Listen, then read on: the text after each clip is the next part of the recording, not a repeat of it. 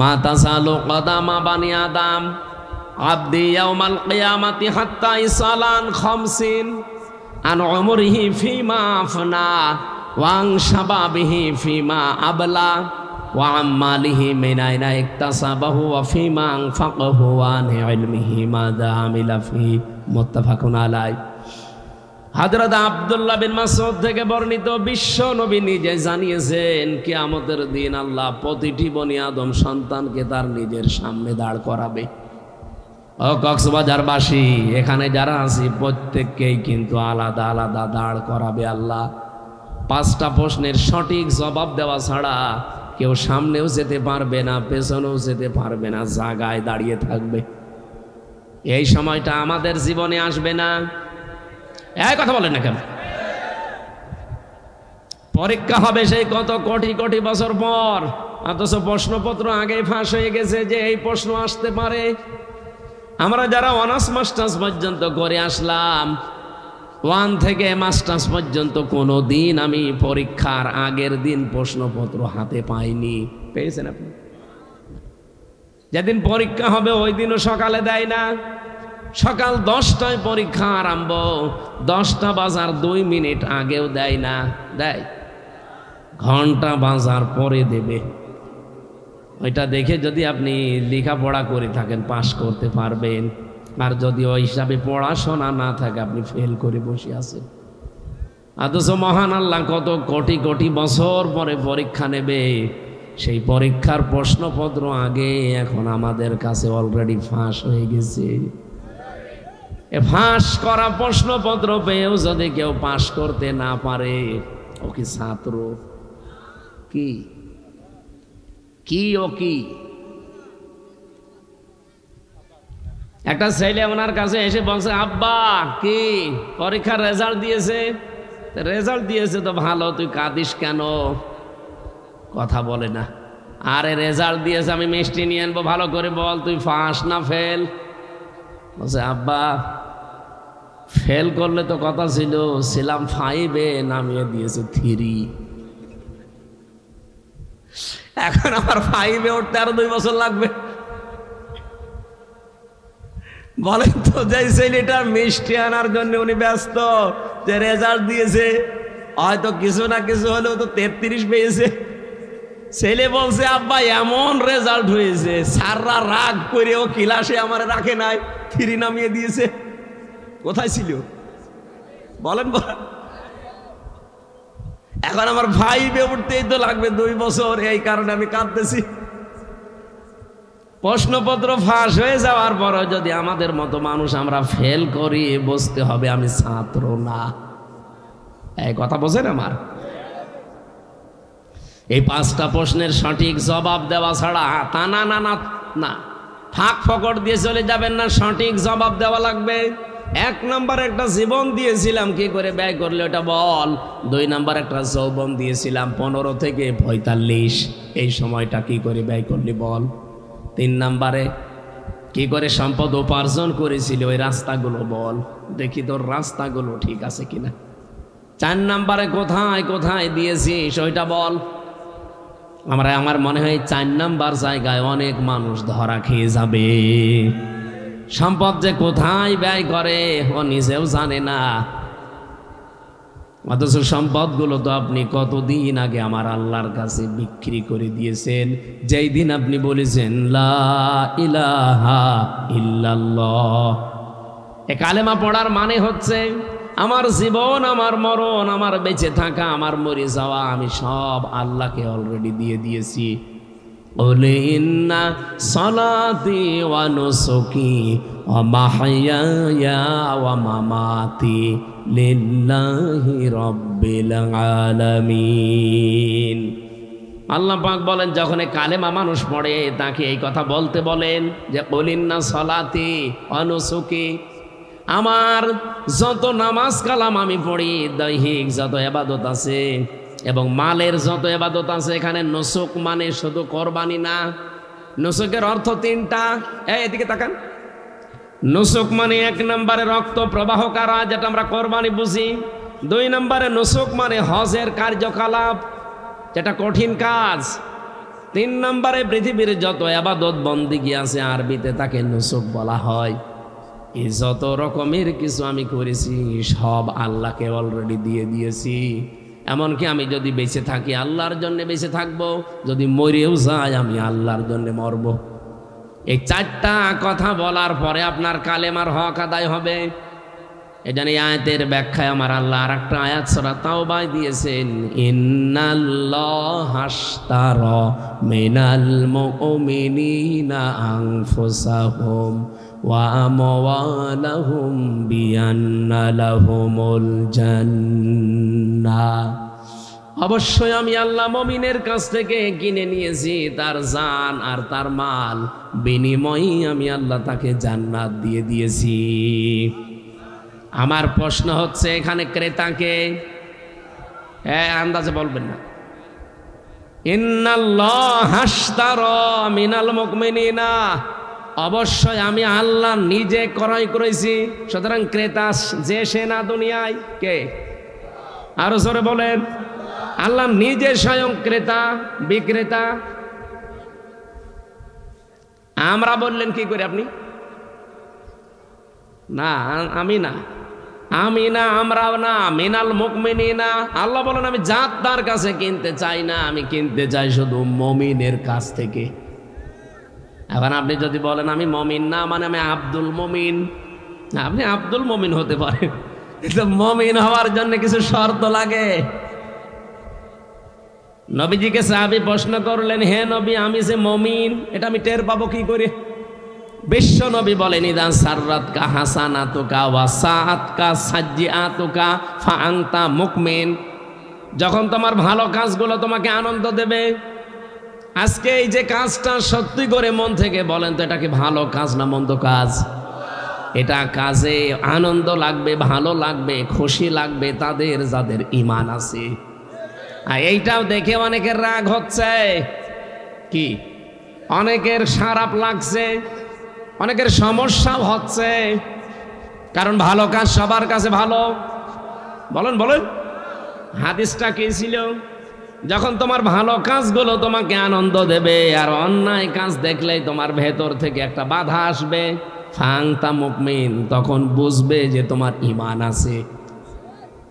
আপনি বলেন তো আপনার কিরকম মনে হয়? না, এই 15.5 বছরে আমরা অনেক ভালো কাজে বাধা দিতে দেখি নাই। আপনি কি ঘুমাচ্ছেন? কোথায় কুষ্টিয়া, কোথায় কক্সবাজারের টেকনাফ, 1000 কিলোমিটার। এত দূর থেকে আমি আসার পরে মাহফিলে আমার উঠতে দেয়নি, বলে দরকার নেই, আপনি আবার ফেরত যান। এতটুকু যদি বলতো হুজুর ওঠার দরকার নেই বাড়ি চলে যান, তাও তো দোয়া করে চলে যেতাম। শয়তানরা আমার 1 কিলোমিটার তাড়িয়েছে। সে মাঠের ভেতর দিয়ে দৌড়াতে দৌড়াতে কোথায় উঠেছে আমি নিজেও জানি না। অবশ্যই আল্লাহু আকবার, নাউজুবিল্লাহ না বলে আল্লাহু আকবার। আমি দৌড়ানি খেয়ে মরি আর আল্লাহ। তার মানে এখানে বোঝা যাচ্ছে যে আমরা ভালো কাজে সবাই আনন্দ পাই না, এমনকি অন্যায় কাজেও সবার কষ্ট লাগে না, লাগে না। অনেকে অন্যায় কাজ করছে আনন্দ নিয়ে। কি কথা বলে না কেন? এই যে আনন্দ যদি আপনি অন্যায় কাজ করে পান, আর এই আনন্দ যদি একটা হয়, এদিকে তাকান, হয়নি, আবার তাকান। আপনি পৃথিবীতে যদি আনন্দ পান কোনো কাজে, ওই কাজটা যদি হয় কোনো অবৈধ কাজ, এ পর্যন্ত বোঝা যায়নি। না না, ভাষাটা কঠিন হয়ে যাচ্ছে, আমি সহজ করে বলছি। আপনি যদি আনন্দ পান কোনো কাজে, সুখ পান, কিন্তু কাজটা যদি হয় অবৈধ, আপনি কোন দিকে তাকিয়ে আছেন? আমি তো মনে হচ্ছে এদিকে তাকাননি। ভালো করে আমি আবার বোঝাচ্ছি, আমি রিপিট করছি বারবার, এখানে কারণ আছে। নবীজিও একটা কথা গুরুত্বপূর্ণ হলে 3 বার বলতেন, কি? কিন্তু বিনা কারণে উনি কোনো কথা বলতেন না। নবীজির জীবনে এটা ছিল না। কোনো কথা এমনি বিনা কারণে বলতেন না, কিন্তু যদি কারণ হয়, গুরুত্বপূর্ণ হয়, 3 বার পর্যন্ত বলতেন। আমি এই যে রিপিট করছি বারবার এই কারণে, আল্লাহ নিজে এই আয়াতটা রিপিট করেছেন। আপনার সুখ যদি পৃথিবীতে কোনোটা অবৈধভাবে আপনি ভোগ করেন, আনন্দ ভোগ করেন, কিন্তু আনন্দটা, সুখটা বৈধ না, অবৈধ। একটা অবৈধ সুখ ভোগ করার কারণে এই পৃথিবী আর আখেরাত মিলে ৭০টা দুঃখ আপনাকে আল্লাহ ভোগ করাবে। আজ কক্সবাজারের হোটেলে, সমুদ্র সৈকতে কত মানুষ বাংলাদেশের বিভিন্ন জায়গা থেকে কার কাকে নিয়ে এসেছে ও জানে আর আল্লাহ জানে। আপনারা হয়তো এসব জানেন না বা করেনও না, কিন্তু যারা নিয়ে এসেছে এই যে আনন্দ পাচ্ছে, তারা সুখে আছে। কেউ নিয়ে এসেছে তার শালীকে, কেউ তার ভাবিকে, কেউ অন্যের বউ নিয়ে এসেছে নিজের বউ বলে। আমি কি বেশি বলে ফেলছি? এরকম আছে না? আপনি এখনই রেট দেন, ১,০০০ না হাজার হাজার পাবেন হারাকুষ্টি কক্সবাজার। এতে কি ওরা আনন্দ নেই, সুখে নেই? বলেন না কেন? এই সুখটা কি বৈধ? বলেন। আমি শুনলাম নাকি উনি নাকি মাইক দিয়েছে বিভিন্ন জায়গায়, এই জন্য বলছে যেন আওয়াজটা, যারা এখন আনন্দ অলরেডি করছে যেন একটু আওয়াজ যায়। একটা অবৈধ সুখ যদি ভোগ করেন, একটা আনন্দ ভোগ করেন, একটা আনন্দ ভোগ করার কারণে আপনাকে ৭০টার সামনে দুঃখ ভোগ করা লাগবে। সুতরাং যারা ভাবি নিয়ে এসেছেন, অন্যের বউ নিয়ে এসেছেন, তাড়াতাড়ি বাড়ি দিয়ে আসেন। আপনি মুরব্বী মানুষ, আপনি বুঝবেন না। যারা বোঝার তারা বুঝেছেন। আমি এখান থেকে একটা উদাহরণ টানতে চাই। এই ১৫.৫ বছরে যারা অবৈধ সুখ ভোগ করেছেন, একটা, আপনার ক্ষতি হবে দুনিয়া আখেরাত মিলে কয়টা? বলেন বলেন। এই আসনের যিনি এমপি ছিলেন, আমি নাম জানি না, কিন্তু আমি এতটুকু জানি উনি নির্বাচনে নির্বাচিত এমপি না, বিনা ভোটের এমপি। আমি এতটুকু জানি, কারণ আমার নিজেরটাই তো আমি জানি। আমার এখন ৩৩ বছর বয়স, ৯২ সালে আমার জন্ম। আমি যদি ১৮ বছর থেকে ভোট দিতে আরম্ভ করতাম, তো ৩ বার ভোট দিতে পারতাম, একবারও পারি নাই। এই জন্য বলছে যে অন্তত এই ১৫ বছরে যারা এমপি ছিল, এরা প্রত্যেকটাই অবৈধ। আর বাঁচতে বলেন, এরকম কোন অবৈধ সুখ আর কেউ সামনে ভোগ করতে চান? তো অনেকে চাচ্ছে, এদের খুব তাড়াতাড়ি করছে, বলছে তাড়াতাড়ি দেন। কি দেব? কি দেব? নির্বাচন। নির্বাচন তো দেব, আগে সংস্কার করে নেবেন না? ওটা না করে আবার দেব, আবার দিনের ভোট রাতে হবে। কারণ এই মানুষগুলো তো এখনো দায়িত্বে বসে আছে। কথা বলে না কেন? ওই যে ১৬২৮ জন যারা এতদিন ছিল তারাই আছে। শুধু কক্সবাজারের ডিসি গেছে কুষ্টিয়ায়, কুষ্টিয়ারটা এসেছে কুমিল্লায়। এই পাল্টিয়েছে বলেন? এই ১৬২৮ জনের একজনও পাল্টিয়েছে না। আমারে যারা রিমান্ডে নিয়ে ১১ ঘন্টা টাঙিয়ে পিটিয়েছে, একটাও পাল্টায়নি, সব ওইটাই আছে। শুধু ঢাকা থেকে দিয়েছে হয়তো কক্সবাজারে, এতটুকু। আমার যে এডিসি মুসলমান, পরে ঢাকা কাউন্টার টেরোরিজম থেকে এখন পাল্টিয়ে দিয়েছে সাতক্ষীরার এডিসি করে, শুধু জেলা পাল্টিয়েছে, মাল তো একই আছে। এখন যদি আপনি ওই ওদের আন্ডারে দিয়ে দেন নির্বাচন, ওই ডিসি, ওই এসপি, ওই টিওনো, ওরাই তো নির্বাচন করবে। ওরা যেভাবে অভ্যাস তৈরি করেছে যে দিনের ভোট রাতে করা যায়, তাই করবে। আমার সাথে জেলখানায় এই ৩ বছর এক এসপি ওসি ছিল, ও যে দিনের ভোট রাতে করেছে, ও নিজে প্রমাণ করছিল। মাঝে মাঝে আমার কাছে, আমি তো পাশে ফাঁসির কন্ডেম সেলের ভেতরে থাকতাম, আমার ২৪ ঘন্টা তালা লাগিয়ে রাখতো, কারোর সাথে কথা বলতে দিত না। সিসি ক্যামেরা দিয়ে ২ জন কারারক্ষী আলাদা বসিয়েছে। যেহেতু উনি ওই দলের লোক, তো আর ওনার ভেতরও একটা পাওয়ার আছে। নুসরাত হত্যা মামলার আসামি, নাম শোনেননি? এই ওসি একদিন আমারে যে বলছে, হুজুর আমি একটা তওবা করেছি, দেখেন তো। কি বলছে? এই যে নির্বাচন গেল, আমি বাইরে ছিলাম, রাত ১২টার পর থেকে আমার লোকজন দিয়ে আমি ভোট কাটা আরম্ভ করলাম। বাক্সগুলো ভর্তি করে আজান দেওয়ার আগে আগে সব জায়গা মতো পাঠিয়ে দিলাম। এরপর আমি গোসল করলাম, ওযু করে ২ রাকাত তওবার নামাজ পড়লাম। এরপরে বললাম আস্তাগফিরুল্লাহ। হুজুর আমার এই তওবা কি হয়েছে?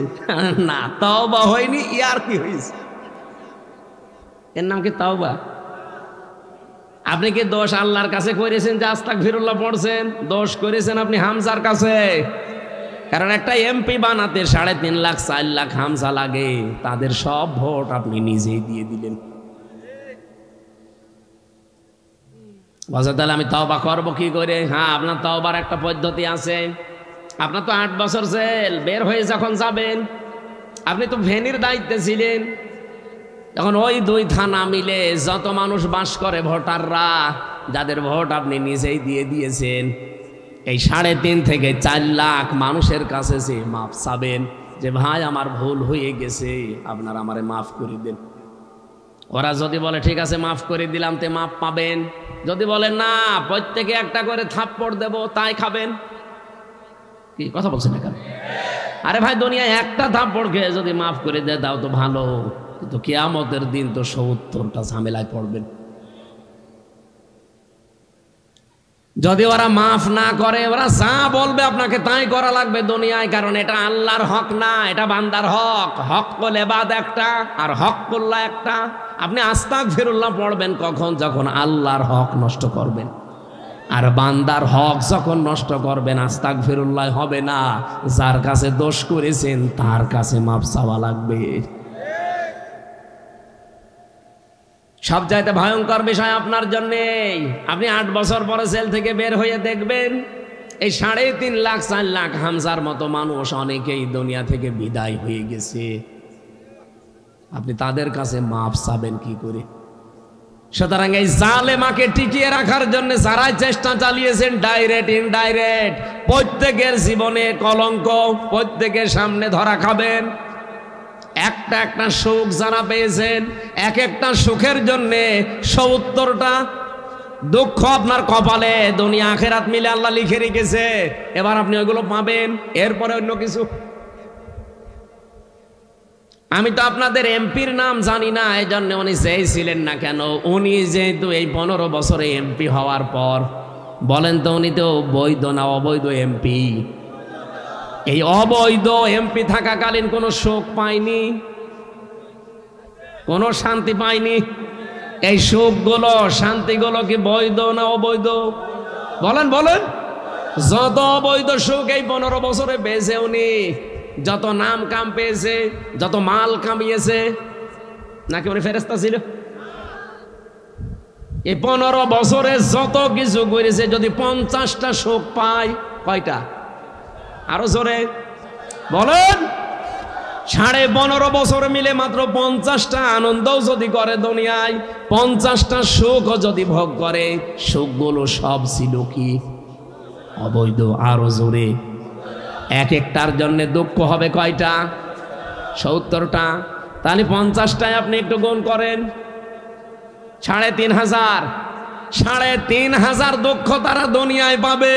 শুধু এই আসনের এমপি না, এরকম 1628 জন মানুষ দায়িত্বে ছিল বাংলাদেশের, প্রত্যেকের কপালে এটা আসবে। এটা সূরা আলাম নাসর 5 এবং 6 নম্বর আয়াত, কেউ খণ্ডন করতে পারবেন না। ফাইন্না মা'আল উসরি ইসরা, ইন্না মা'আল উসরি ইসরা। অবশ্যই কষ্টের পরে সুখ, অবশ্যই কষ্টের পরে সুখ। আল্লাহ রিপিট করলেন 2 বার। আল্লাহ কষ্টের আগে আলিফ লাম দিলেন, এর আগে মা দিলেন। যে কষ্টের আগে আলিফ লাম দিয়ে নির্দিষ্ট করে দিলাম মারেফা। কষ্ট যদি হয় তোর একটা, ইসর এর আগে আলিফ লাম নেই, এটা অনির্দিষ্ট না কেরা। এই জন্য পৃথিবীতে একটা সুখ যদি কেউ অবৈধভাবে ভোগ করেন, আপনাকে কষ্ট পাওয়া লাগবে দুনিয়া আখেরাত মিলে কমপক্ষে কয়টা? আরো জোরে। কক্সবাজারে বিভিন্ন রকমের যারা এসেছেন, কত সুখ আপনি ভোগ করছেন বলেন। আপনার কপালে যে সামনে 70টা করে দুঃখ আসবে না। আমি আর নিচে নামলাম না। এরপরেও যদি কেউ না বোঝার ভান করে থাকেন, এই এদিকে আসেন, আসেন আসেন। এত সহজ বাংলা বলার পরেও যদি কেউ না বোঝে, হুজুর আমি এখনো বুঝি নাই, কানের নিচে এমন জোরে 2টা দেব না, আপনি সব বুঝতে পারবেন। আমার এই কথার সামারাইজ কি? অবৈধভাবে কোনো সুখ ভোগ করা যাবে? যারা পরকীয়া প্রেম করেন, এটা কি সুখ পায় না মানুষ? শোক না পেলে 2-3 সন্তানের ছেলে মেয়ে সব রেখে আল্লাহর রাস্তায় চলে যায় কি করে? অবশ্যই শোক পায়। কথা বলে না কেন? এই শোকটা কি বৈধ না অবৈধ? এরকম যত রকমের অবৈধ শোক আছে দুনিয়ায়, যত রকমের অবৈধ শান্তি আছে, একটা ভোগ করবেন, ওর বিনিময়ে আপনাকে কমপক্ষে 70টা দুঃখ ভোগ করা লাগবে। যারা টেলিভিশনে, মোবাইলে, কম্পিউটারে, ল্যাপটপে উল্টাপাল্টা সিনেমা দেখেন, উলঙ্গ অর্ধ উলঙ্গ সিনেমা যারা দেখেন, নাচ গান দেখেন, আনন্দ পান না পান না? এটা কি বৈধ আনন্দ না অবৈধ? আরো জোরে বলেন। এক একটার জন্য 70টা দুঃখ সামনে লেখা হয়ে গেছে। এখন চিন্তা করেন আপনি লোড নিতে পারবেন কিনা।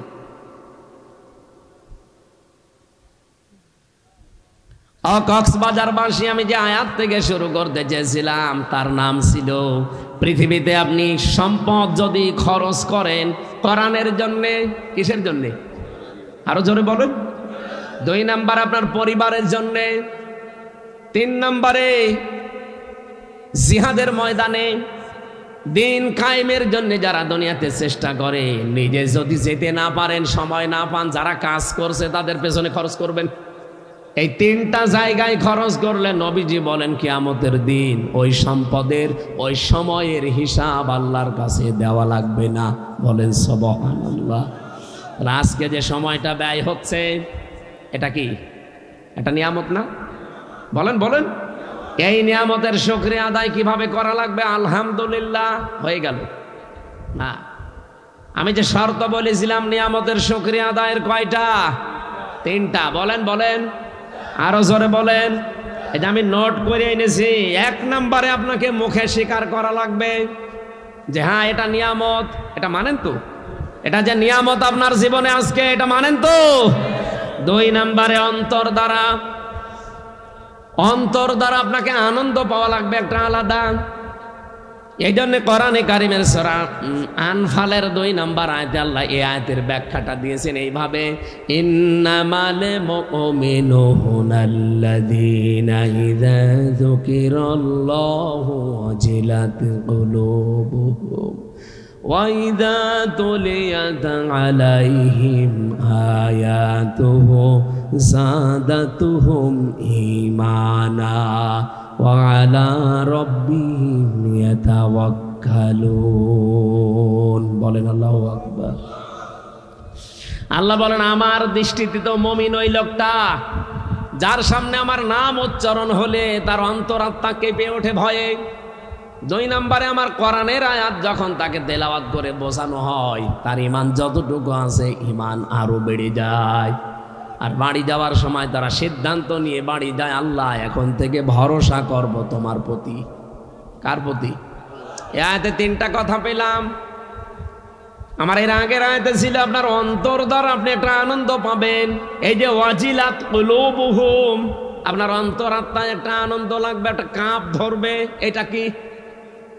তাফসিরে মুফাসসিরিন ইকরাম লিখেছেন প্রতিটি মানুষের বাম স্তনের নিচে একটা গোস্তের টুকরা আছে।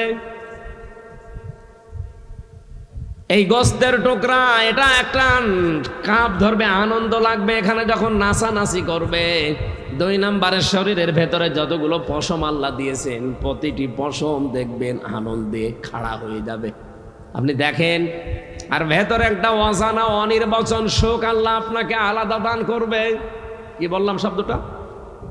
একটা আলাদা অনির্বচন সুখ। এটা এই কক্সবাজারে কিনতে পাওয়া যাবে না, এটা আল্লাহর পক্ষ থেকে সরাসরি আসে। এই অনির্বচন সুখ, এটা উদাহরণ দিতে গিয়ে আমি পেয়েছি। এই যে মুরগির বাচ্চারা সিল থেকে, কোনো দুশ্মন থেকে নিজের বাচ্চাকে রক্ষা করার জন্যে এভাবে নিজের পাখাকে ডাউন করে দেয়, এরপরে ফল করে। কি করে না? মুরগির বাচ্চারা যখন নিজের পাখাকে এভাবে ডাউন করে দেয়, ফল করে দেয়, দেখবেন বাচ্চাগুলো নিচে এসে আশ্রয় নিয়ে একটা কিচির মিচির আওয়াজ দেয়। এইটাকে বাংলায় বলা হয় অনির্বচন সুখ।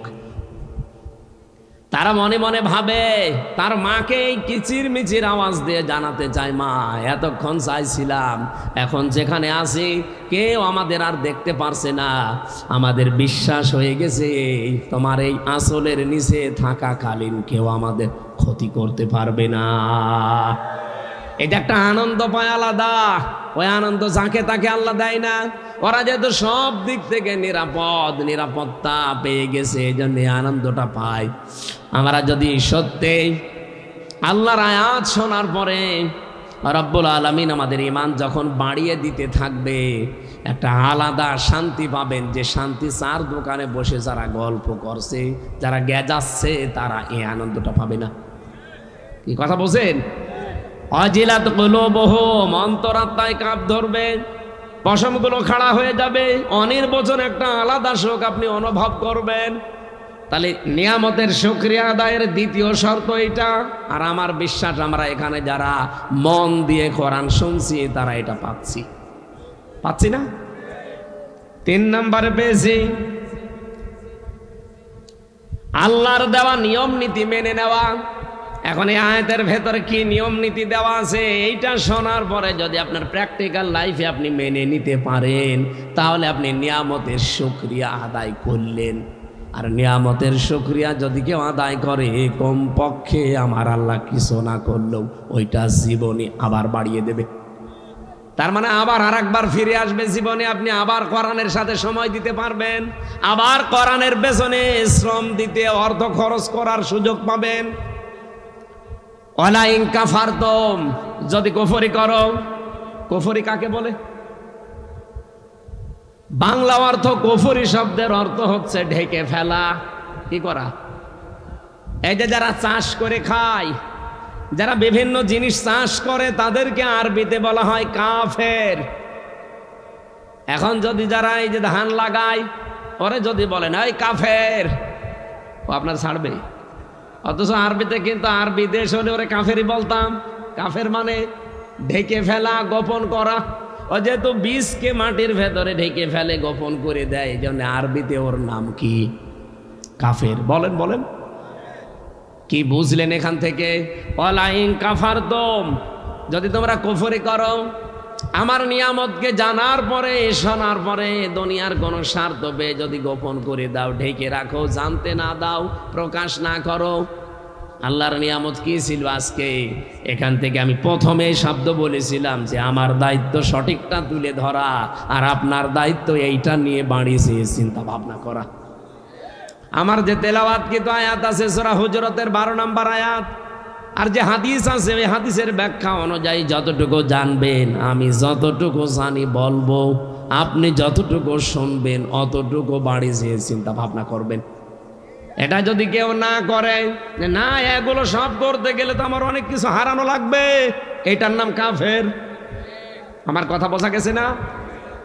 তাহলে আপনি নিজেও আজকে কাফের হয়ে যেতে পারেন। যা জেনেছেন এটা যদি আপনি নিজে না মানেন, না প্রচার করেন, গোপন করে রাখেন, দুনিয়ার কোনো স্বার্থ পেয়ে যদি বলে চেপে রাখেন, না দরকার নেই, দিনকাল ভালো না।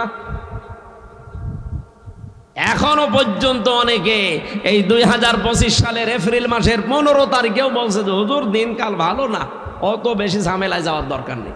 দিনকালকে 1500 বছর আগে ভালো ছিল।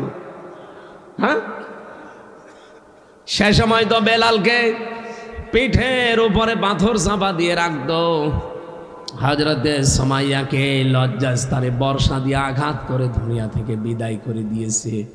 সে সময় আমাদের তুলনায় ভালো ছিল না খারাপ ছিল?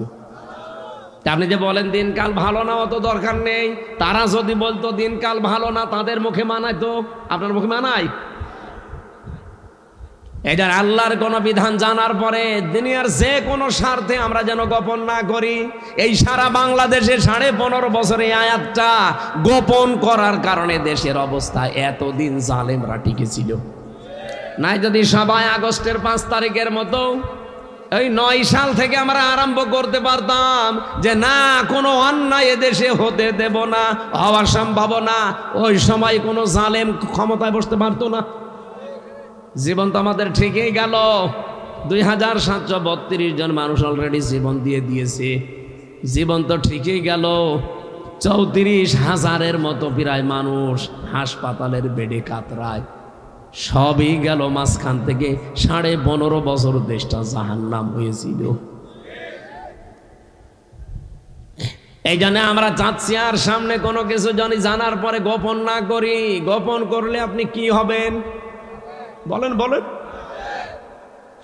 ইন্নাল্লাযীনা ইয়াকতুমুনা মা আনজালনা মিনাল বায়্যিনাতি ওয়াল হুদা মিন বা'দি মা বায়্যানাহু লিন-নাসি ফিল কিতাব উলাইকা ইয়ালআনুহুমুল্লাহ ওয়া ইয়ালআনুহুমুল লাঈনুন।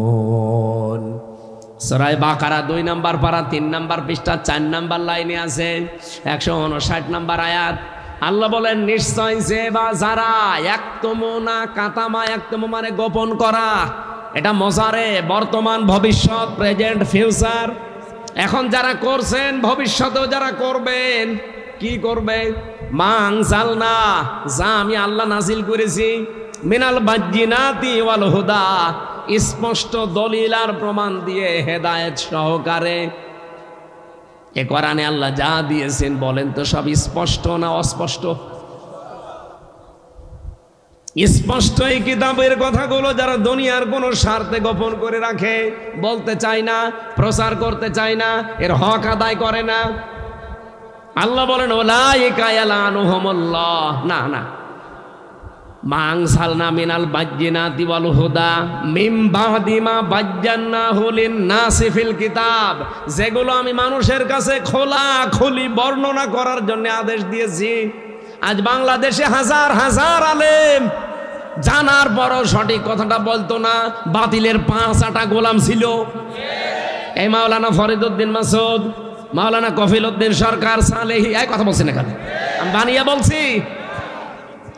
তারা টাটকা জিন্দা জালেমকে বলতো এই জান্নাতের সার্টিফিকেট প্রাপ্ত মানুষ। এমনও কথা আমি শুনেছি, বলেছে মাননীয় প্রধানমন্ত্রী আপনার জান্নাতে অধিকার আছে, মনে হচ্ছে জান্নাত ওর বাবার আরো দিয়ে দিচ্ছে।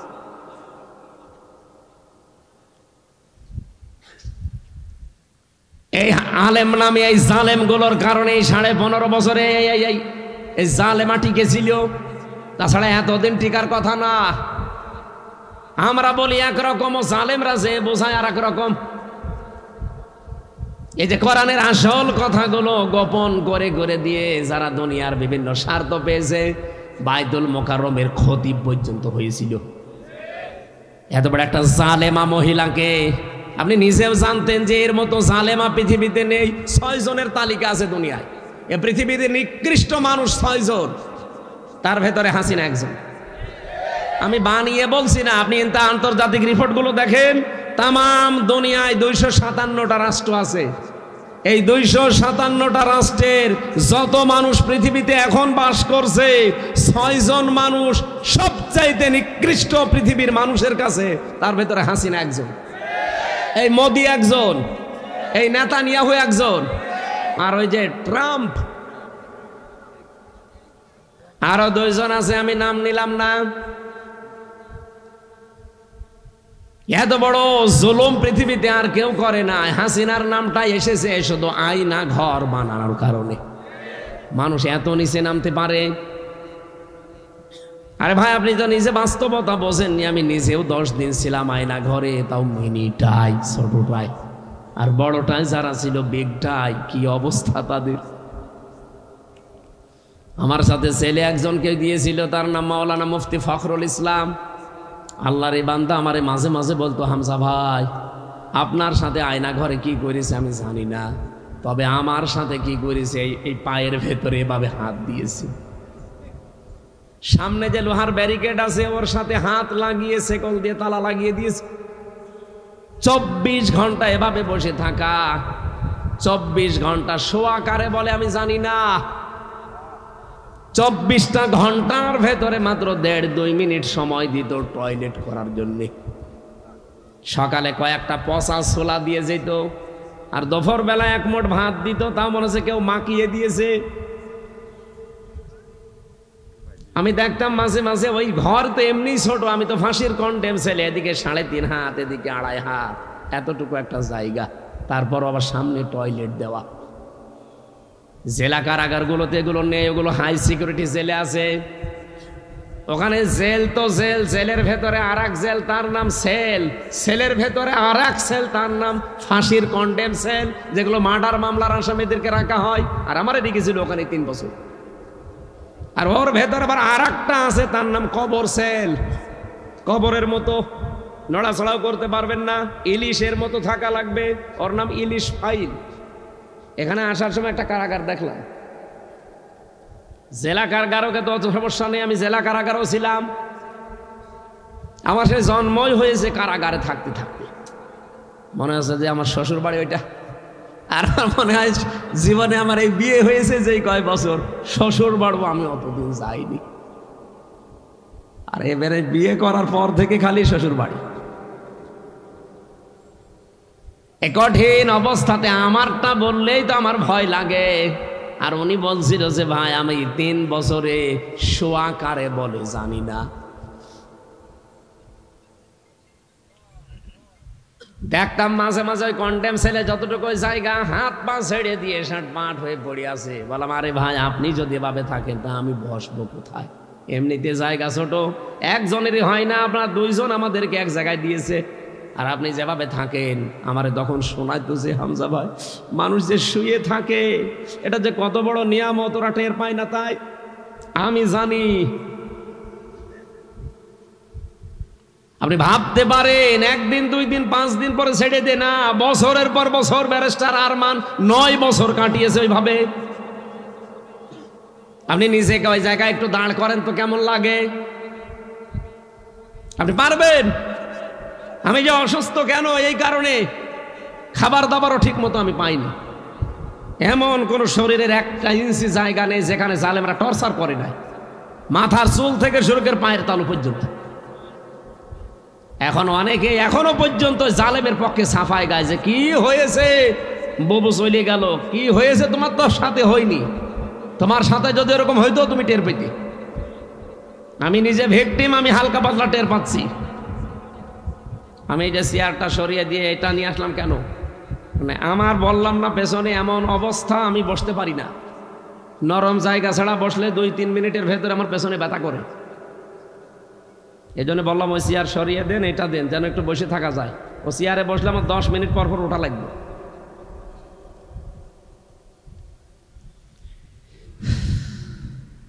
এখনো পর্যন্ত যারা জালেমের পক্ষে সাফাই গাইছে আর তারা আশায় আছে যে না আপা আসবে, আজকে ঢাকার বুকে কোন শয়তানরা যেন মিছিল বের করেছে যে ববু আবার আসবে ফিরে। এর পরের লাইনটা বললাম না। এদেশের জনগণ যদি আবারও ঘুমিয়ে যায়, সামনে আমার অবস্থা হবে না, 100 বছরে আর সূর্যের আলো দেখতে পারবেন না। আমার ব্যক্তিগত কারোর উপরে রাগ নেই, কিন্তু আমি নিজে ভিকটিম, আমি যা পেয়েছি সেটার হালকা বললাম যে এই হচ্ছে অবস্থান ছিল।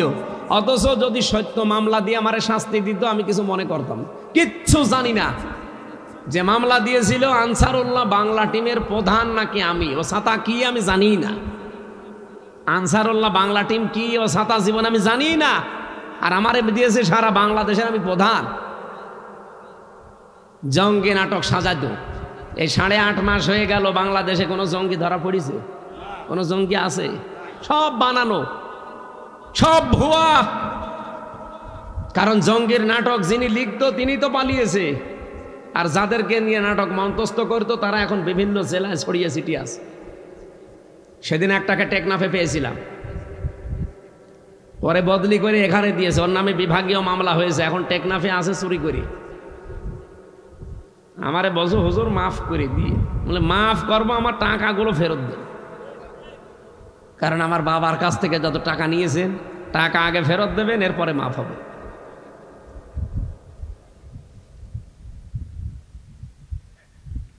আমার ভাইরা, এই যে নিকৃষ্ট মানুষদের তালিকা তো আর আমরা বানাইনি, সব খ্রিস্টানরা বানিয়েছে। এমনি বানায়নি, তাদের পুরা কর্মজীবনটা দেখেছে যে মানুষ কত নিকৃষ্ট হতে পারে।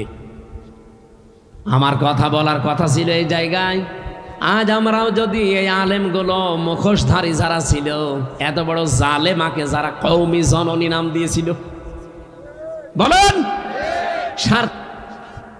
আপনি কওমি জননী নাম দেওয়ার আর মানুষ পেলেন না দুনিয়া, এরকম একটা জালেমাকে নাম দিলেন। অথচ ওই সময় মামুনুল হক, আমি, সাখাওয়াত হোসেন রাজি, কত আলেম, প্রায় ৭৬ জন আলেম ওই সময় আমরা জেলে। যেই দিন এই নামটা ঘোষণা দিয়েছে বাইতুল মোকাররমের সাবেক খতিব, ওনার বাপটা তো ভালো ছিল, ছেলে যে এত নিকৃষ্ট চরিত্রের, যে জালেম আলেম বোঝে না, হাজার হাজার আলেম যেখানে জেল খাটতেছে বিনা কারণে, আর ও এদিকে তেল মারতেছে যে আপনি কওমি জননী। ওই দিনই জেলখানে ওনার নামে বরদোয়া হয়েছে, যে করলো কি ও, কওমি মাদ্রাসা পুরা ডুবিয়ে দিল এক কথায়। আজ আমরা যদি গোপন না করতাম, এই জালেমরা এতদিন টিকে থাকার কথা ছিল না। যারা গোপন করে নাই, সঠিক কথা বলতো, তারাই জেল খেটেছে, তারাই গুম হয়ে গেছে। আমার বিশ্ববিদ্যালয়ের কুষ্টিয়ার 2 জন এখনো গুম, আজ 10 বছর। তারা জানে না বেঁচে আছে না মরে গেছে, মোকাদ্দাস আর অলিউল্লাহ। ওই বাড়ি পিরোজপুরে একজনের বাড়ি ঝালুকাঠি। ওই এলাকায় মাহফিলে গেলে ওর বাবা হাউ মাউ করে কান্নাকাটি করে, 10 বছর এখনো মনে করে যে আমার ছেলে মনে হয় বেঁচে আছে। আমরা কোরআনের কোন বিধান জানার পরে যদি গোপন করি, জীবনে আর এই নিয়ামত আল্লাহ আমাদেরকে দেবে না, এতটুকু আল্লাহ শেষ করেননি। ইন্না আযাবি লাশাদীদ, কঠিন ভয়ঙ্কর আযাবের দিকে তোমাদেরকে আমি আল্লাহ ফেলে দেব। সুতরাং আমরা নিয়ামতের শুকরিয়া আদায় শুধুমাত্র আলহামদুলিল্লাহ বললাম হয়ে যাবে না, তা না। 1 নম্বরে আপনাকে এটা স্বীকার করা লাগবে নিয়ামত। 2 নম্বরে অন্তরে একটা আলাদা শান্তি পাওয়া লাগবে। 3 নম্বরে যা শুনবেন ওই অনুযায়ী আমল করা লাগবে। এই 3টা শর্ত মেনে নিলে আল্লাহর ঘোষণা লাযিদান্নাকুম, অবশ্যই ওই নিয়ামত দুনিয়াতে আবার দেবে। আমরা চাই না বারবার আমাদের জীবনে কোরআন ফিরে আসুক। এক কথা বলেন, কথা বলুন। সারাটা জীবনই যদি কোরআনের পেছনে ব্যয় হয়, তো কিয়ামতের দিন তো জবাবই দেওয়া লাগবে না। তা আমি দুনিয়ার অন্য কোনো কাজে আমার সময়, আমার অর্থ ব্যয় করব কোন কারণে? আমি কি পাগল হয়ে গেছি? আমি তো ব্যয় করতে যাই এমন জায়গায় যে চোখ বন্ধ হলে যেন আমার আর হিসাব দেওয়া না লাগে। কিন্তু আপনি এমন এমন জায়গায় ব্যয় করছেন, হিসাব দিতে দিতে আপনি মরবেন। পৃথিবীর এই জমিনটা কিন্তু পুরা ধোঁকা ভাই। আমি 3 বছর জেলে না থাকলে এইটা আমি আন্দাজ এখনো করতে পারতাম না, শুধু অনুমানে থাকতাম। এখন আমি বুঝি যে পুরা দুনিয়াটা, আমার মা বাবাও ধোঁকা, আমার ছেলে মেয়ে, আমার স্ত্রী, সব ধোঁকা দুনিয়ায়। আল্লাহ নিজে জানিয়েছেন, ওমাল হায়াতুদ দুনিয়া ইল্লা মাতাউল গুরুর। পৃথিবীর এই জমিনটা পুরা ধোঁকা, খেলতামাশা, এ প্রতারণা ছাড়া আর কিচ্ছু না। চোখ বন্ধ হোক এখন আপনার, আমি এখন মারা যাই, আপনি খালি খবর পাঠান ম্যাডামের কাছে কুষ্টিয়ায় যে উনি পটল তুলিছে। ও কি করবে? কান্নাকাটি করবে। খাওয়া দাওয়া বন্ধ হয়ে যাবে 2-3 দিন, 7 দিন পরে দেখবেন স্বাভাবিক হয়ে গেছে। কি কথা বলছেন না কেন? 4 মাস 10 দিনের ভেতর ওর মার বাবা ইচ্ছা করে হোক অনিচ্ছায় হোক ওর বিয়ে দিয়ে দেবে। কি? আর এটা যেহেতু নিয়ম আছে দেবেই। 4 মাস 10 দিনের ভেতরে যখন বিয়ে হয়ে যাবে অন্য জায়গায়, মাত্র 7 দিন সংসার করার পরে বলবে, ওর আব্বাকে কল দিয়ে বলবে, আব্বা হামজা তো আর কি ছিল, এখন যেটা পেয়েছি এটা 100 গুণ ভালো। অথচ ওর জন্য আমি করিনি কি, রাত দিন এক করে ফেলেছি। কি কথা বলছে না? আমরা অনেক স্বামী আছি তার স্ত্রীকে খুশি রাখার জন্য, সুখে রাখার জন্য, মা বাবাকে খুশি রাখার জন্য, সুখে রাখার জন্য, সন্তানাদির আখের গোছানোর জন্য অনেক মানুষ আমরা এখন এই পাগলামি করছি যে বাবা শাহজালাল সব হালাল। এরকম মানুষ নেই দেশে? আছে মানে আমরাই, আছে মানে। আপনি এখান থেকে পরিত্রাণ পাওয়ার জন্য চেষ্টা চালান। এমনকি এখানে এই ভট্ট মিয়া যদি এখন 100 বছর পরে এই কক্সবাজারে আসে, ওনার যে বাড়ি দেখলাম, জান্নাত মনে হয়, দ্বিতীয় জান্নাত। এই বাড়িতে 100 বছর পরে উনি আসলে জীবনে ওনারে ঢুকতে দেবে না। কি কথা বললেন? আমি কি বানিয়ে বলছি? জীবনও না। আমি আমার নিজেরটা বলছি। আমার বাবার নাম রিয়াজউদ্দিন, তার বাবার নাম জাহান আলী, তার বাবার নাম নমাজ আলী। এরপরে আমি আর জানি না। হ্যাঁ, 3 পুরুষের পরে আমার জানি না, আর আমার জানার দরকারও নেই। কারণ আমি তাদের চিনিও না, তাদের নামও জানি না, তাদের জীবনে দেখিও নি। আমি নমাজ আলীকেও দেখিনি, শুধু নাম শুনেছি। আমি আমার জাহান আলী পর্যন্ত চিনি, আমার দাদা, ওই দাদার বাপকে আমি দেখিনি। এবার বলেন তো, এনারে যদি জিজ্ঞাসা করেন ওনার বাবার নাম কি, বলেন। বেলায়েত হোসেন দাদার নাম, তার বাবার নাম আর মনে নেই। আমারও তো 3টা মনে আছে, ওনার 2টো মনে আছে। এখন ওই হাসমত আলী ওনার হচ্ছে দাদা, হাসমতের বাবা যিনি, তিনি যদি এখন ফিরে এসে বলে এই কক্সবাজারের এই ভিটা আমার, এই বাড়ি আমার, ঢুকতে দেবে? উনি কেন, আমার নিজের ওই নমাজ আলীর বাবা যদি এখন ফিরে আসে, অথচ মাত্র 100 বছর আগে মারা গেছে, ওই লোকটা যদি এখন ফিরে এসে বলে যে এই সব আমার ছিল, এই ভিটা আমার, এই কুষ্টিয়ার 2 তলা বাড়িও আমার, আমি বলবো ভণ্ডামি করেন, দাঁত মুখ সব খুলে ফেলবো। যান এখান থেকে যান। আপনার যদি জায়গা না থাকে, মসজিদে থাকেন, এ কথা বলছেন না কেন? এইটার নাম দুনিয়া না? আল্লাহ এইটাই বুঝিয়েছেন সূরা আলে ইমরানে। রব্বুল আলামিন বলেন ফামাঙ্গে যুহসিহানিন নার ওয়া উদখিলাল জান্নাতা ফাকাদ ফাজ। এই পৃথিবী আসল না, হার জিত হবে মরণের পরে। কাউকে যদি আল্লাহ জাহান্নাম থেকে মুক্ত করে জান্নাতে দিয়ে দেয়, তার জীবন সফল, এটা এক অর্থ। আর একটা অর্থ আছে, আপনারা শুনতেছেন? এটা সূরা আলে ইমরান 4 নম্বর পারা 13 নম্বর পৃষ্ঠা 13 নম্বর লাইনের 185 নম্বর আয়াতের শেষের দিকে আছে।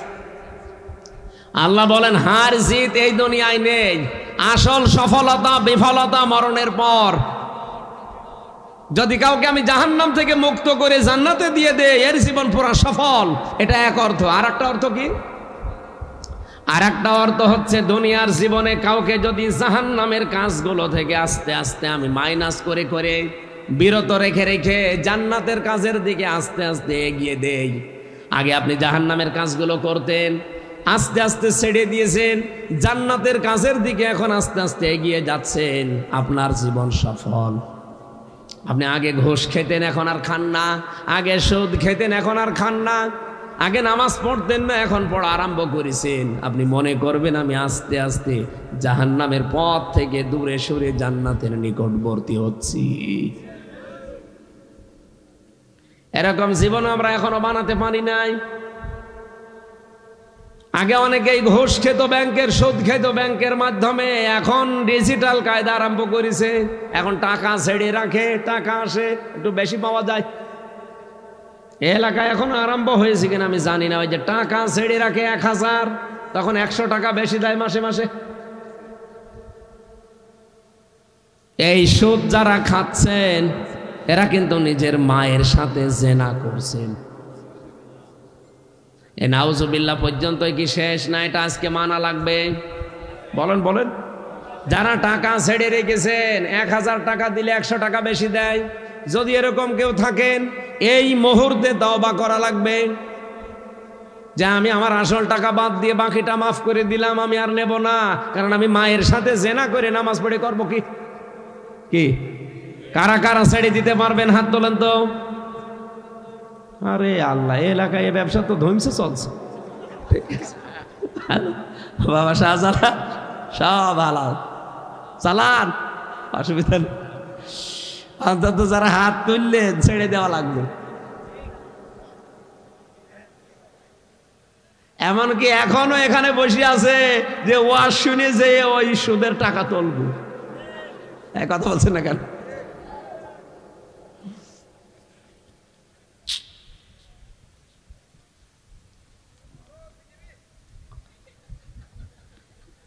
আপনাদের এলাকায় আসলে আমার একটু ভালো লাগে, কারণ এই এলাকার ভাষা আমি বুঝি না, তো আপনারা গালি দিলেও আমার মনে হয় দোয়া করছেন।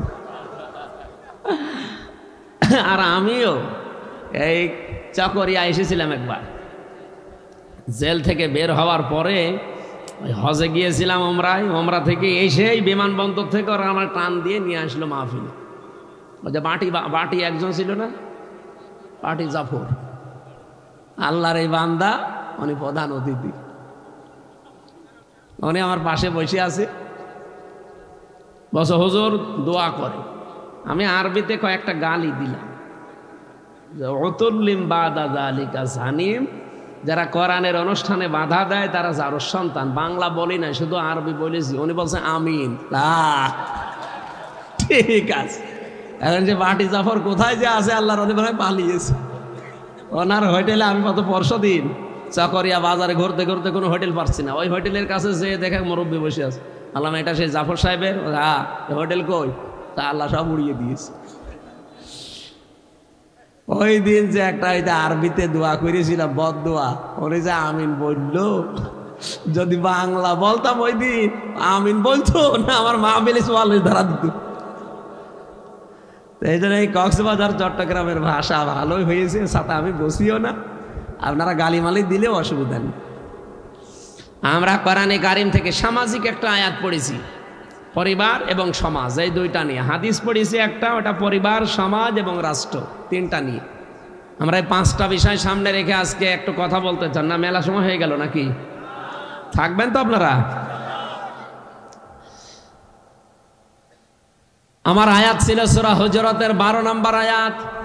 রব্বুল আলামিন বলেন, ইয়া আইয়ুহাল্লাযীনা আমানু ইজতানিবু কাসীরাম মিনাজ-যন্নি ইন্না বা'দাজ-যন্নি ইসমুন ওয়া লা তাজাসসাসু ওয়া লা ইয়াগতাব বা'দুকুম বা'দা।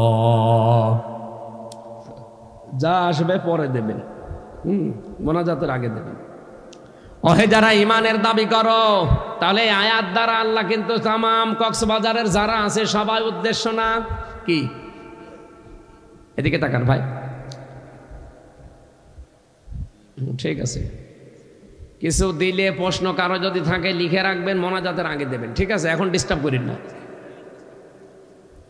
আজকের যে আয়াত, এটা কিন্তু বাংলাদেশে সবার জন্য না, এমনকি এই কক্সবাজারে যারা বাস করেন সবার জন্য না। আজকে আমি যে চুল কেটে আসলাম, যিনি আমার চুল কেটে দিচ্ছিল, ওর বুকের ওপরে একটা মালা দেখে আমি টের পেয়েছি যে দাদা। তার মানে ওনার জন্য আজকের আয়াত না, ওনার তো ইমানই নেই। কি কথা বলেন না কেন? ওই যে নীলগিরি, কক্সবাজারে যে সমুদ্র সৈকতের আগে নীলগিরি যেটা আছে, ওই জায়গায় চুল কাটিয়েছিলাম। এমন ভাবে কেটে দিয়েছে টুপি খোলা যাচ্ছে না। এমনি আমার শরীরে মাংস নেই, জালেমরা সব শেষ করে দিয়েছে। চুল একটু ছেলে যাক লাগতো, এমন কাটা কেটেছে বাটি 60, আমার একদম বাটি করে দিয়েছে ওই বাটি। আজকে যেহেতু আয়াতটা সবার জন্য না, এই জন্য সবাই এখানে শোনার দরকার নেই। এই আয়াতটা শুধুমাত্র কাদের জন্যে?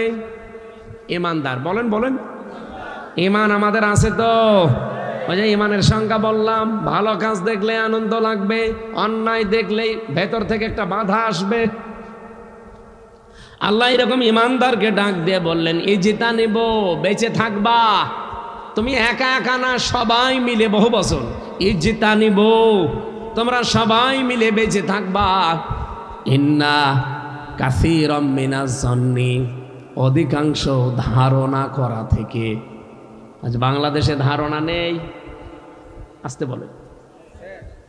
জামাত ইসলামের একজন নেতা ডক্টর শফিকুল ইসলাম মাসুদ হাফিজাহুল্লাহ, উনি কয়েকদিন আগে একটা গাড়িতে, ওই যে পাঞ্জাবি সব, আপনাদের এই কক্সবাজারের নিয়ামতুল্লাহ নিজামী নামে একটা ছেলে ব্যবসা করে, পাঞ্জাবির ব্যবসা। এই পাঞ্জাবি সব অনেকটা গাড়ি নিয়েছে, ওই গাড়িতে নাকি ভাই ঘুরছিল। এইটা নিয়ে দেখলাম তার পরের দিন তোল পাড় চলছে যে স্মার্ট গ্রুপের কাছ থেকে জামাত ইসলাম টাকা পয়সা খেয়ে। এটা একটা কথা বলল,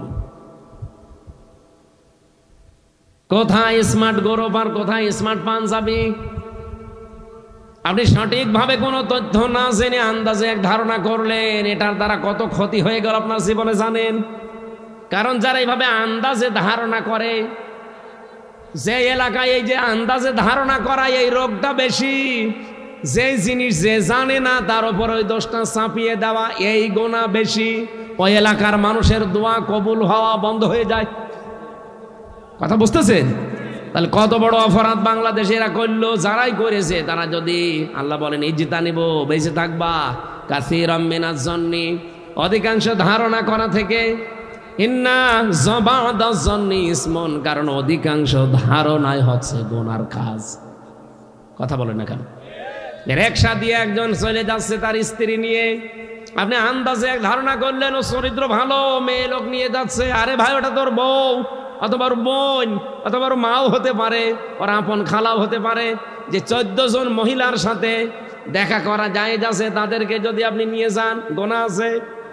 আপনার মা যেতে পারে, আপনার মেয়ে যেতে পারে, আপনার বউ যেতে পারে, আপনার ফুফু যেতে পারে, আপনার খালা যেতে পারে, আপনার ভাইয়ের মেয়ে যেতে পারে, আপনার আপন বোনের মেয়ে যেতে পারে, আপনার পুত্রবধূ যেতে পারে। এরকম 14 জন, কয়জন?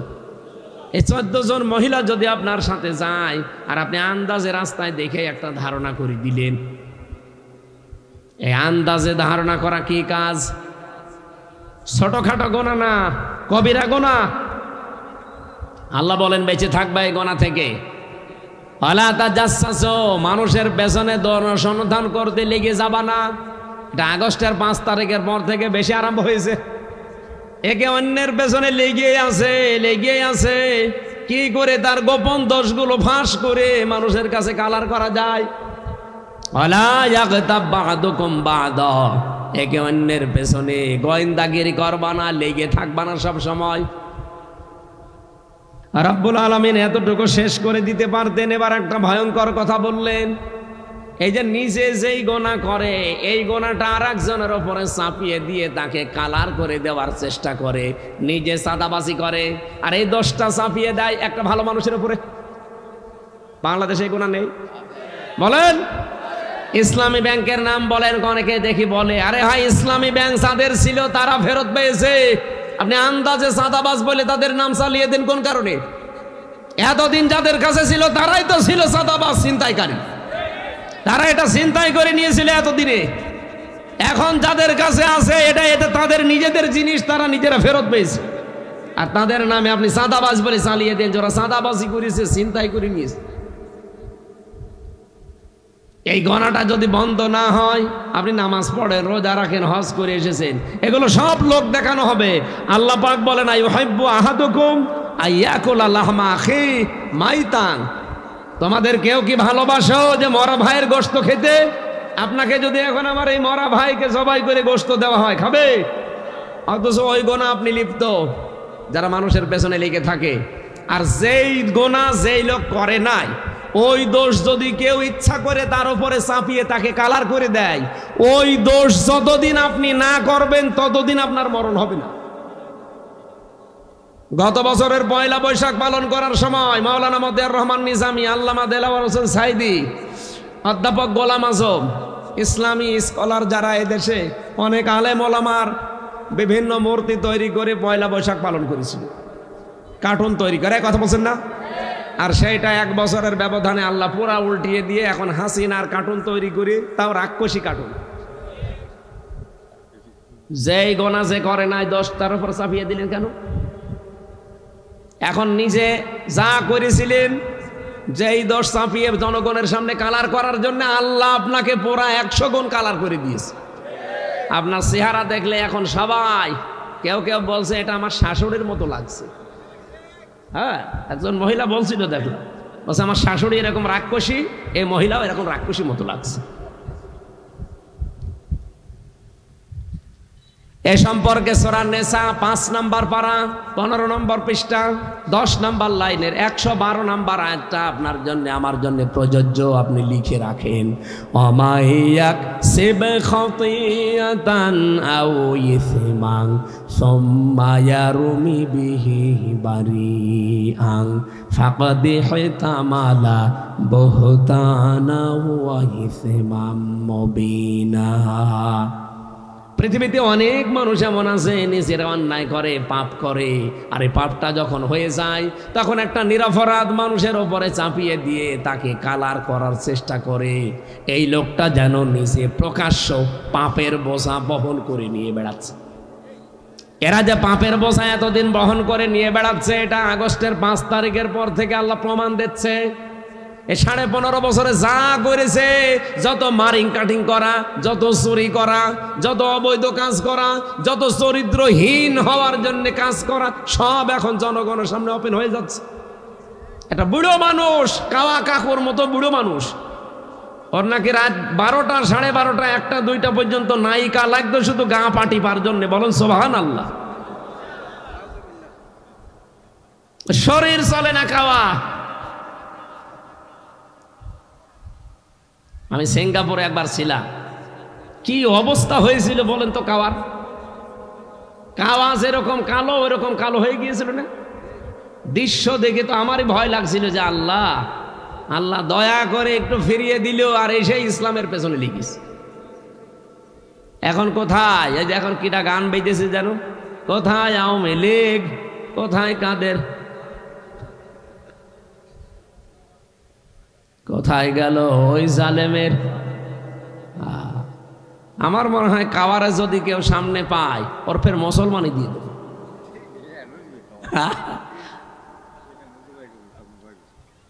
যা যা চরিত্র সব এখন তো হালকা পাতলা একটু দেখা যাচ্ছে, গভীরেরটা তো আমরা অনেকে জানি না। মানুষ এত নিচে নামে কি করি? তার মেয়ের বয়সী মেয়েদেরকে নিয়ে আনন্দ ফুর্তি করে, আপনার স্ত্রী নেই। আর বাকি অর্থনৈতিক বিষয়গুলো তো বললামই না। এক একজনের বাড়ি ছিল 620টা। সেদিন মালয়েশিয়া ছিলাম, সিঙ্গাপুর, মালয়েশিয়া, থাইল্যান্ড দেশগুলো ঘুরছিলাম। যেখানে উঠি হোটেলে দেখি এক শয়তান নিচে বসে বসে চা খাচ্ছে। কি গো হুজুর, আমি আগেই পালিয়েছি। আগেই পালালেন কেন? আপনার না 620টা বাড়ি, একটা বাড়িতেও তো থাকতে পারেন না, এখন পালিয়েছেন, হোটেলে থাকেন। কয়দিন থাকবেন? একটা জীবন হইল। ওই দেশে ওরা সাহেব পাড়া বানিয়েছে, লন্ডনে বানিয়েছে, কানাডায় বানিয়েছে, বেগম পাড়া লন্ডনে। থাকতে পারে না, থাকে হোটেলে। আর এক একটা হোটেলের ভাড়া কি! যে কয় শয়তানকে দেখলাম একটাও শান্তিতে নেই। বলছো হুজুর দোয়া করি, দোয়া তোর জন্য দোয়া বের হবে। দেশের টাকাগুলো সব পাচার করে করে, ওই টাকাগুলো বাংলাদেশে যদি থাকতো, বাংলাদেশের 35 লাখ যুবক বেকার। এই মানুষগুলো বাইরের দেশে এসে রুটি বানায়, ঘর ঝাড়ু দেয়, রাস্তা পরিষ্কার করে, পায়খানা সাফ করে। আমি নিজে দেখেছি। এরা যে ওই দেশে ওই কাজ করা লাগতো না, এই দেশে সম্মানজনক একটা কর্মজীবন নিয়ে টিকে থাকতে পারত। এই শয়তানরা যত টাকা পাচার করেছে, আমি একটা হিসাব করলাম সেদিন ইন্টারনেট দেখে, যত টাকা পাচার হয়েছে 15.5 বছরে, বাংলাদেশের 4 বছরের বাজেট দেওয়া সম্ভব। 4 বছর যদি এই দেশ কিচ্ছু না করে, শুধু বসে বসে খায়, তাও এই দেশ চলতে পারবে। এত টাকা পাচার হয়েছে।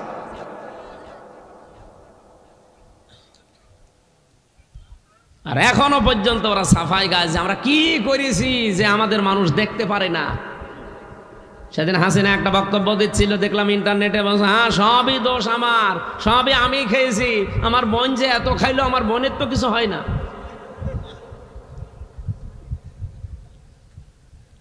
পাবনা রূপপুর পারমাণবিক কেন্দ্র থেকে ৭৬,০০০ কোটি টাকা রেহানা নিয়েছে এক জায়গা থেকে।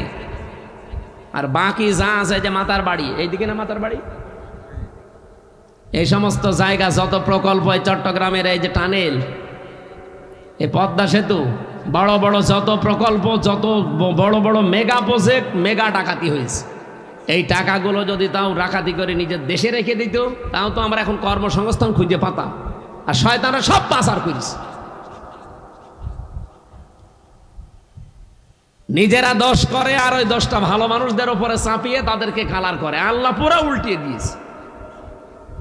দেখেন এই শব্দের দিকে তাকিয়ে, আও ইসমাং বারিয়াং ফাকাদ ইহতামালা বুহতান ওয়া ইসমাম মুবিনা। গীবত আর বুহতান এক জিনিস না। আপনার ভেতরে দোষ আছে, আমি যদি বাইরে বলি ওটা হচ্ছে গীবত। আর আপনার ভেতরে দোষ নেই, আমি যদি বানিয়ে বানিয়ে আপনার নামে দোষ দেই, ওটা হবে বুহতান। ওটা আরো মারাত্মক গুনাহ। গীবত করা মানেই মরা ভাইয়ের গোশত খাওয়ার, বুহতান মানে কোন ভাইয়ের গোশত খাওয়া বলে। এই গুনাহগুলো চলছিল দেশে, এখনো চলছে। আল্লাহ তাআলা বলেন ওয়াত্তাকুল্লাহ, আমি আল্লাহকে ভয় করো। এই তাকওয়া মানে শুধু আল্লাহর ভয় নাই, এই তাকওয়া মানে সতর্ক হওয়া। তার মানে আমাদের জীবনে আমরা এখন থেকেই সতর্ক হব। ইন্নাল্লাহা তাওয়াবুর রহিম, অবশ্যই আল্লাহ আমাদের তাওবা কবুলকারী, তিনি রহিম। বলেন সুবহানাল্লাহ। হযরতে আবু যর থেকে বর্ণিত যে হাদিস ছিল, তিনি নবীকে বলেছিলেন, হে নবী, আমার বাড়ি থেকে আপনার এই জায়গা প্রায় 83-84 কিলোমিটার দূর। আমি তো এই পাহাড়ি রাস্তা বেয়ে বেয়ে সবসময় আসতে পারি না। আপনি আমাকে এমন কিছু দেন যেন এইটা নিয়ে আমি জান্নাতে যেতে পারি। বিশ্বনবী তাকে 7টা আদেশ দিয়েছিলেন। কয়টা বলেন বলেন? 1 নম্বরে বললেন, ওসিকা বিতাকওয়াল্লাহ, আমি তোমাকে আদেশ দিচ্ছি তুমি আল্লাহকে ভয় করে চলবা। আল্লাহকে ভয় মানে, আল্লাহর ভয়ের অর্থ আমরা অনেকে জানি না। বাংলা অর্থ হচ্ছে আল্লাহর ভয় হচ্ছে আল্লাহর নিষিদ্ধ কাজগুলো শুধু ছেড়ে দেওয়ার নাম খাউফ, আর ঘৃণা করে ছেড়ে দেওয়ার নাম তাকওয়া। আল্লাহর যত নিষিদ্ধ কাজ আছে তার ভেতরে এই ধারণা করা একটা নিষিদ্ধ কাজ। কি কথা বলেন না? আমরা গীবতের উপরে কথা বললাম, তহমতের উপরে বললাম। সুতরাং এই ধারণায় আন্দাজে ধারণা করা থেকে আজকে থেকে বেঁচে থাকা লাগবে। শুধু বেঁচে থাকবো না, ঘৃণা করে ছেড়ে দেব। যেখানে গীবত হবে, মেয়েদের ভেতরে এটা বেশি হয়, এক জায়গায় বসলে শুধু গীবত, পরনিন্দা, পরচর্চা, পরচর্চা করা, এটা বন্ধ করা লাগবে। দরকার হয় চুপ থাকবেন, মাংসমাতা না যা, কথাবার্তারা যদি প্রয়োজন না হয় বলবেন না। আন্দাজে বকতে বকতে এমন বেশি কথা বলে। নবীজিকে প্রশ্ন করলেন সাহাবী, আমি যদি আল্লাহর তাকওয়া ভয় এটা অর্জন করি, কি আমি পাবো? নবীজি বলেন, ফাইন্নাহু আজিয়ানু লিআমরিকা কুল্লিহি, পৃথিবীর যত কাজ আছে সব কাজের ভেতরে আল্লাহ দেখবেন তোমাকে একটা সৌন্দর্য দিয়ে দেবে। তোমার কাজ দেখলেই পৃথিবীর মানুষ বুঝবে না এটা অন্য ধরনের মানুষ। আল্লাহ এই যে আদেশটা, উপদেশটা আবু যরকেই দিয়েছিল নবীজি, না আমরাও আছি? আমরা আছি না? এই উপদেশগুলো জীবনে আমরা যেন মেনে চলতে পারি। সম্মানিত ভাইরা,